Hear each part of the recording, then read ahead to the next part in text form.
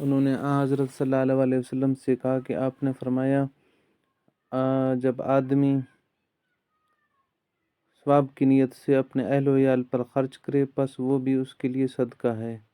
حضرت صلی اللہ علیہ وسلم اپنے حجرے سے نکلے، لوگوں کو شب قدر بتانا چاہتے تھے وہ کون سی رات ہے۔ اتنے میں دو مسلمان آپس میں لڑ پڑے۔ آپ صلی اللہ علیہ وسلم نے فرمایا میں تو اس لیے باہر نکلا تھا کہ تم کو شب قدر بتلاؤں، اور فلاں آدمی لڑ پڑے تو وہ میرے دل سے اٹھا لی گئی، اور شاید اسی میں کچھ تمہاری بہتری ہو۔ تو اب ایسا کرو کہ شب قدر کو رمضان کی 27ویں، 29ویں اور 25ویں رات میں ڈھونڈا کرو۔ ایک دن حضرت صلی اللہ علیہ وسلم لوگوں میں تشریف فرما رہے تھے کہ آپ کے پاس ایک شخص آیا اور پوچھنے لگا کہ ایمان کسے کہتے ہیں؟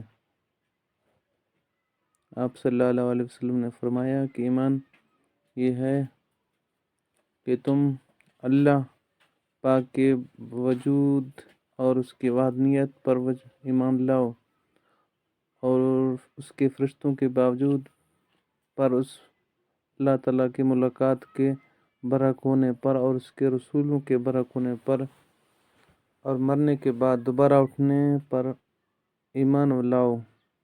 پھر اس نے پوچھا کہ اسلام کیا ہے؟ آپ صلی اللہ علیہ وسلم نے جواب دیا کہ اسلام یہ ہے کہ تم خالص اللہ کی عبادت کرو، اس کے ساتھ کسی کو شریک نہ بناؤ، نماز قائم کرو اور زکوٰۃ ادا کرو اور رمضان کی روزی رکھو۔ پھر اس نے احسان کے متعلق پوچھا۔ آپ صلی اللہ علیہ وسلم نے فرمایا احسان یہ ہے کہ تم اللہ کی عبادت اس طرح کرو گویا تم اسے دیکھ رہے ہو، اگر یہ درجہ نہ حاصل ہو تو یہ بھی تو سمجھو کہ وہ تم کو دیکھ رہا ہے۔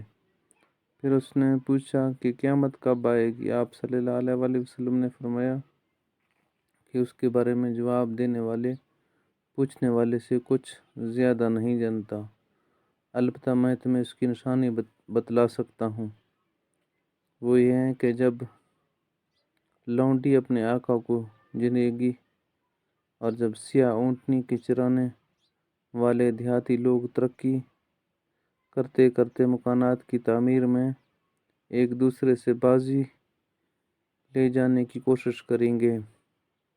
یاد رکھو قیامت کا علم ان 5 چیزوں میں ہے جن کو اللہ کے سوا کوئی نہیں جانتا۔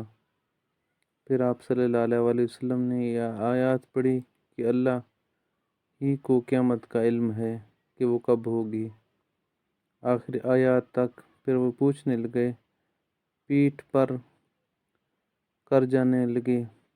آپ نے فرمایا اسے واپس بلا کر لاؤ۔ لوگ دوڑ پڑے مگر وہ کہیں نظر نہیں آیا۔ آپ صلی اللہ علیہ وسلم نے فرمایا کہ وہ جبرائیل علیہ السلام تھے جو لوگوں کو ان کا دین سکھانے کا آئے تھے۔ امام عبداللہ بخاری فرماتے ہیں کہ حضرت صلی اللہ علیہ وسلم نے ان تمام باتوں کو ایمان ہی قرار دیا ہے۔ صحیح بخاری